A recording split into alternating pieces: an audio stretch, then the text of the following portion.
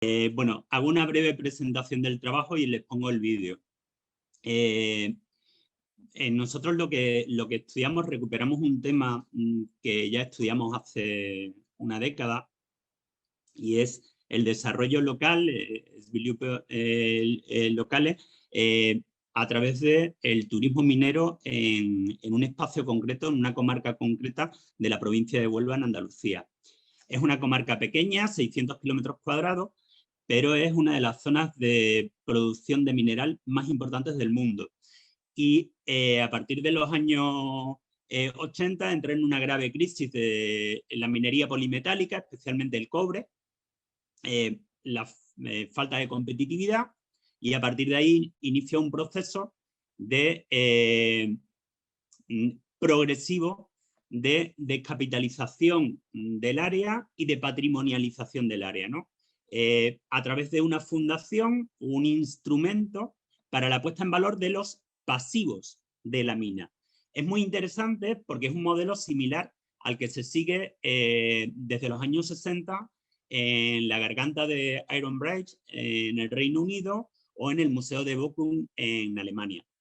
Siguen este modelo de una fundación privada y en la actualidad en España como modelo es muy interesante porque es la única de las iniciativas que existen que de toda España de turismo minero que es privada. El resto son subvencionadas por el capital público, ya sea local, administración regional o administración central. Sin embargo, en este caso es privada. Las subvenciones son solo para conservación del patrimonio. La fundación se autogestiona y se autofinancia. Todo lo que es el personal y todo lo que son las acciones de la fundación son con capital propio a través del parque minero, que es su instrumento para la puesta en valor turístico. O sea, su finalidad es patrimonial, pero tiene un instrumento de puesta en valor turístico que es el que financia las actividades de la fundación. Y eso lo hace muy interesante. ¿Qué es lo que ocurre? Que tanto hace 10 años cuando lo estudiamos como ahora nos damos cuenta que hay un proceso en el que la fundación es el único stakeholder que realmente está fomentando el turismo. El resto decaen en su función y dejan que sea la fundación la que prime por encima de los demás. Y no hay inversiones de capital privado, no están apareciendo emprendedores en torno a esa iniciativa, sino que todas las iniciativas las pone siempre en marcha la fundación. Les pongo el vídeo, que es como decía la compañera, es una mezcla entre presentación y vídeo, porque tampoco tenemos mucha experiencia en hacer montajes de este tipo. Y les pido perdón, está en inglés, pero les pido perdón porque el volumen está muy bajo.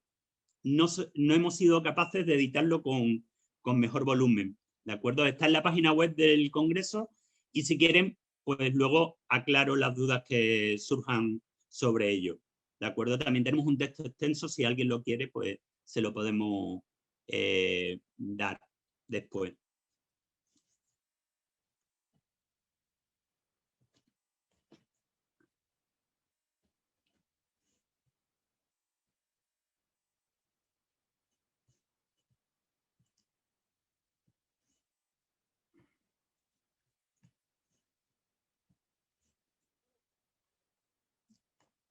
Comenzamos la presentación.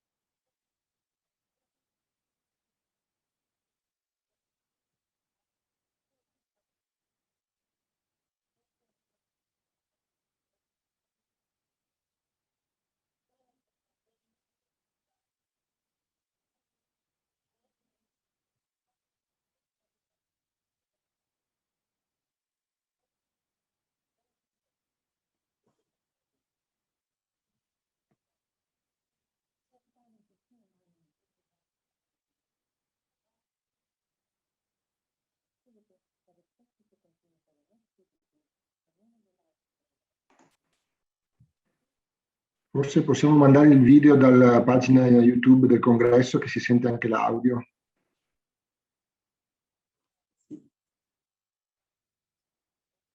Chiedo alla regia magari di interrompere e mandare il video dall'audio. È meglio, grazie. Scusa Javier. Sì. Proviamo a lanciare il video dal sito del congresso, che si sente l'audio. Mando el enlace, de acuerdo. A te Federico, grazie.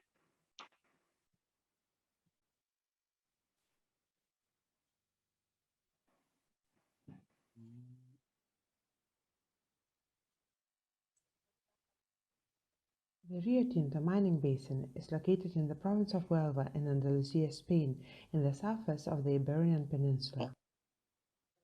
These lands belong to the South Portuguese geological unit formed between the Devonian and Carboniferous, in which, with a length of 230 kilometers and 45 kilometers in wide, extends from the Guadalquivir Valley to Portugal. Its materials are heterogeneous, appearing silicous, volcanic, and desertal rocks, sulfur and manganese, which give the rise to Iberian Pirite Belt, rich in polymetallic compounds. The Roman period se ha and the montado... 5th century, Anno Domini, and the British period with the Rio Tinto Company Limited from 1873 to 1954 are the two most prominent historical periods for exploitation and heritage of the mine, in which the mines was achieved international fame. Mining specialization led to a deep crisis from the 1950s onwards. In 1986, the copper line was closed because the profitability was below break-even, and the Gosen line of gold and silver continued. The activity at the mine ceased in 2001.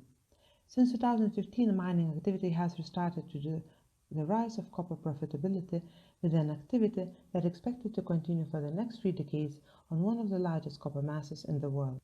Exploitation has left a mining industrial landscape in which the different mineralization emerges on the slopes of the cuttings and open pits mining, the underground galleries, the dumps and the slag heaps, the railway network, machinery, industrial constructions, among others, a humanized landscape with an immense heritage. In 1984, the company Rio Tinto Minera created the first Department of Historical Heritage in Spain. In 1987, in the midst of the mining crisis, Rio Tinto Minera created the foundation of Rio Tinto for the Study of Mining and Metallurgy, a private non-profit charitable teaching culture foundation where the key objectives were the conservation and restoration of the historical heritage generated by 5 millennia of mining and its subsequent use for tourism. It is endowed with the liabilities of the mine, an important archaeological, industrial, documentary and bibliographic heritage which since then has been recovering, restoring, rehabilitating and adding value. The Rio Tinto Foundation has become, since its creation, a dynamic agent in the region capable of echoing the rural development policies of the European Union and benefiting from them for the use and the enhancement of heritage. The category and importance of the heritage managed by the Rio Tinto Foundation have been endorsed with the Declaration of the Asset of Cultural Interest, the Category of Heritage Zone Decree in 2012. As an instrument for tourism, the Rio Tinto Mining Park was created, which groups together different tourism initiatives. The Mining Museum was created in 1992 in the old mining hospital. It has 17 rooms which tell the history of mining in the region from history to the end of the activity. Since 2001, the visit incorporated a reproduction of a Roman mine with an outstanding historical character. The Mining Tourist Railway opened in 1994. Its route has been lengthened to reach 22 kilometers for round trip, and it is important as the backbone of the activity in the region. House number 21 in Bella Vista neighborhood was opened to the public in 2005. It is one of the houses, a Victorian architectural complex where the British staff of the company lived. Corte de Pena de Hierro can be visited since 2004.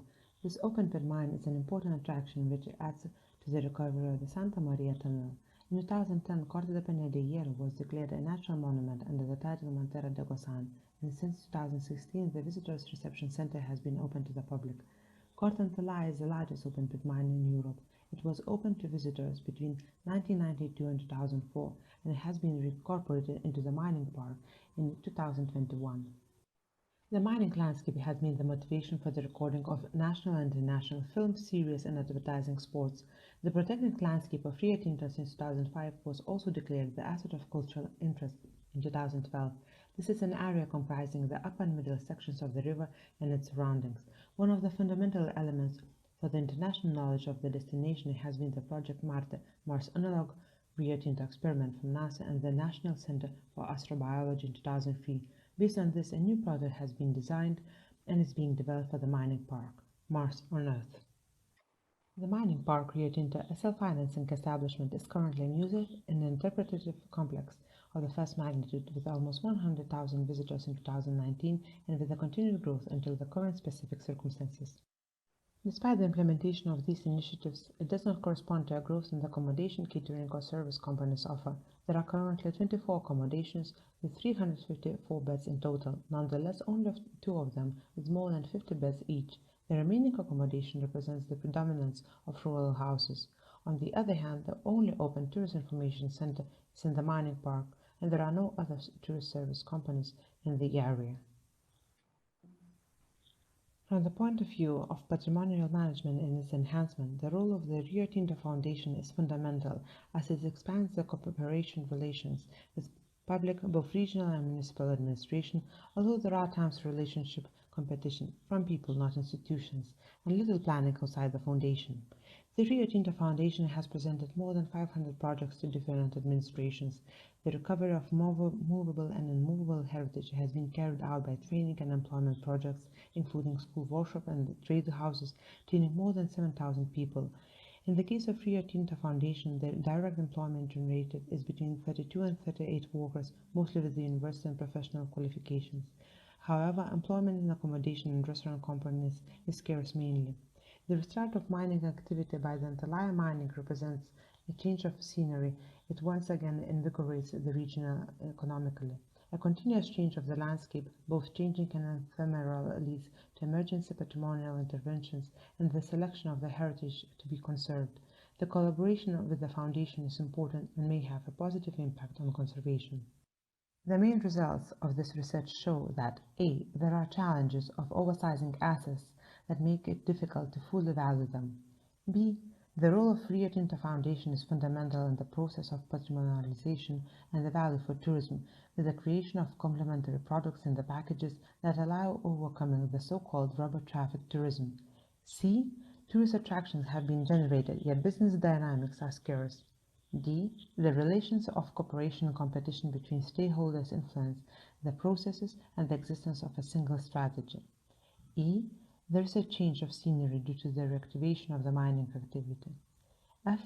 Finally, overall, the influence of the processes on local development is very limited in terms of business or jobs creation. Even though progress has been made in the qualification of human resources, they remain linked to the processes and therefore do not generate an entrepreneurship culture.